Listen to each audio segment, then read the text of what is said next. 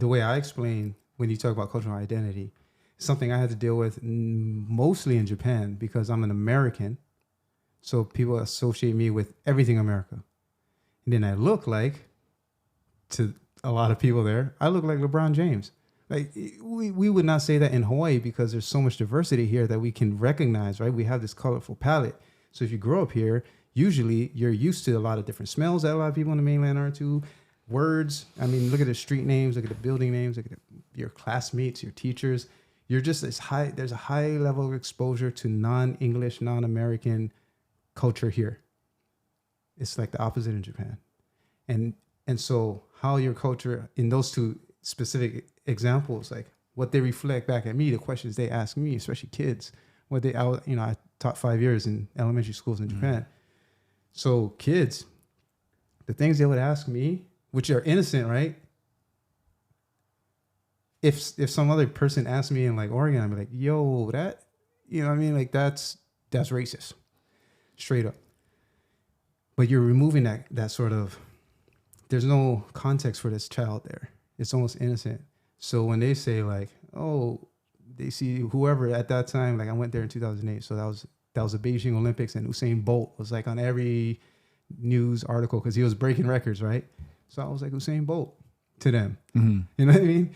And it wasn't, I didn't feel, I was like, oh, this is, some people would call it racism, but really, I didn't feel like there was that intent behind it. Versus, yeah, I'm learning that now. What you're saying, like the other night, I was watching on YouTube. What's his name? Toshi. He goes around and he's like, what's it like to be half black, half Japanese? In Japan. So it's on YouTube? It was a YouTube. Okay. His name was like, shout out to Toshi. I don't know. Toshi. So he does this thing about what's it like to be half black in Japan. Okay. He's Japanese, but what's it like to be gay in Japan? Or what's it like to be military Japan? What's it like to be half Japanese, half mixed, he just goes down the line of like, which I was like, because I've never been to Japan, so I thought it was really interesting of like his turn on what he was the information that he was giving. And what I learned about that too was they were talking about racism and stuff in Japan and stuff too. And he's like, well, and he was talking to another black person who's been there for like a little over 10 years or something. But he said it's the stereotypes, or some of the stereotypes were positive stereotypes. Like they think he can play basketball, or they think he's a good singer. He's like, I can't do any of that stuff, but that's great. You think that I'm like this superhero kind of, you know. Shout out to all the Americans in Japan right now who are getting that extra G card just because you're American, just because you speak English. And it's real. Yeah. Oh, everybody experiences it. Even if you're there for a day, a year, a decade, so many expats there too. I see it. They're kind of drunk off that, this dope that's just sort of like this. You didn't earn it. It's purely in the mind of them when they're like, I got that too. Oh, karaoke night. I'm like, you don't want to hand me the mic. Right. Choosing songs like I am not Luther Vandross, and don't expect that from me when you hand this mic to me. I didn't have music in school. I'll admit it. You know what I'm saying? I work at school. Yeah. I see you guys starting music from first grade. These kids are 5 years old. I wish I had that. Mm-hmm. I didn't. You don't want to hand me that mic. Sports. What do you think? Basketball. I'm tall, dark, basketball. Mm-hmm. But when I say soccer's huge in Japan, so that was cool. And then like also just, you can use chopsticks so well. That was one of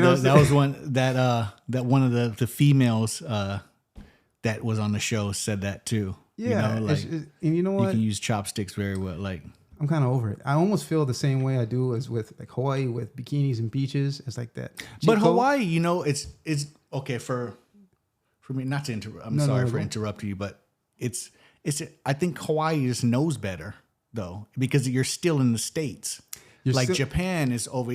No, that's what I mean. I give them a pass as far as like things said to me that if said in this context over here in this country would not fly. You get canceled today if you said that. Because over here, I don't give Hawaii people the pass because you're pulling inspiration from our culture. You're pulling inspiration. So why, if you're using the culture, it's your responsibility to know what the background is of that source. And you know what? In Japan, they do it so well.